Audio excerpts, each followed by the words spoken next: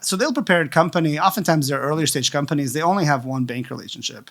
And it takes time to set it up. It's not super easy. So they go set up an account, and then they go maybe set up a couple of different accounts at the same bank where they have like a payroll and operating account where that's where their like equity is sitting that they raised. But then they have another account, which is for the purpose of their business. And that account is connected to something like modern Treasury. We're able to connect API calls to reporting, things like that. And so if that company, when that happened, they had no other place to basically run their operations through. So that's like one end of it. The other end of it is a company that had set up multiple bank accounts at multiple banks.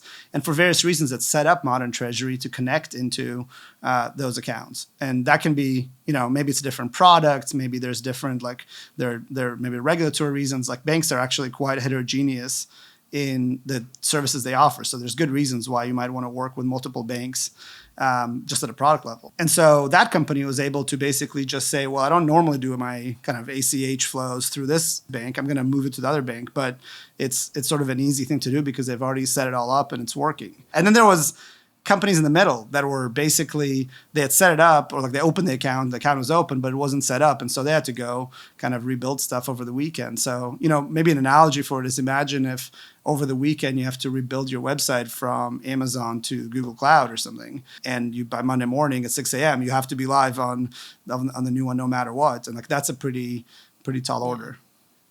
Yeah, well, I hope people learned a good lesson is to sort of diversify in terms of the bank. I think we're seeing that. I think we're seeing a lot of boards, I think, are asking companies about like, how many bank relationships and where's the fund sitting and how do we kind of react. But yeah, I think it's something that risk management around banks was not top of mind for anybody and became a little bit more top of mind for companies today. We're probably going to end up seeing this in like stock purchase agreements. It's going to be a new company rep, something about banking relationships. But you're right. Like this is just not something anyone worried about in the past because we had not seen it in this era.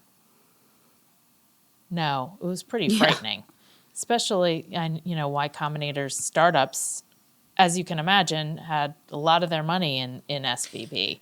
I have a question, and I don't know that much about all of this. Do you think one of the reasons the FDIC acted so swiftly was because it really could have triggered sort of a national bank run on regional banks? It wasn't just a technology Silicon Valley issue.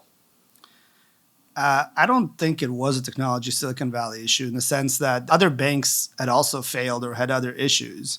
It's not specific to startups. I do think there's something new that hasn't existed before, which is the speed of how fast you can withdraw funds. So if you think about back in the day, back in, the 20s or 30s or something, if you found out that you had to go withdraw funds, like you probably had to go there in person. So there's a certain feedback cycle to how long it takes to show up and fill out the form and stand in line. And you just like can't withdraw that quickly.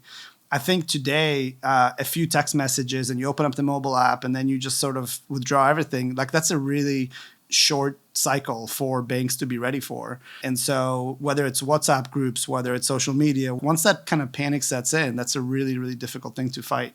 And so when you think about it, what that means from a bank perspective, it sort of means you have to have more cash like ready to be accessed from the Fed or from other banks or something than you did before, because the speed with which these things can develop is much faster. Like I think the amount of funding that was withdrawn from SVB on that Thursday and Friday like ended at 9 a.m., right? So this really on just one day was $42 billion. Wow. And that's basically in like 36 hours. And in 2008, so the SVB was like the second biggest sort of failure. Wachovia was the biggest one. Like it was something like 40 days to withdraw $10 billion back in 2008. Oh, wow. So just the speed with which people are able to kind of move funds around, companies have more money. And so, one company deciding to withdraw could be $100 million, right?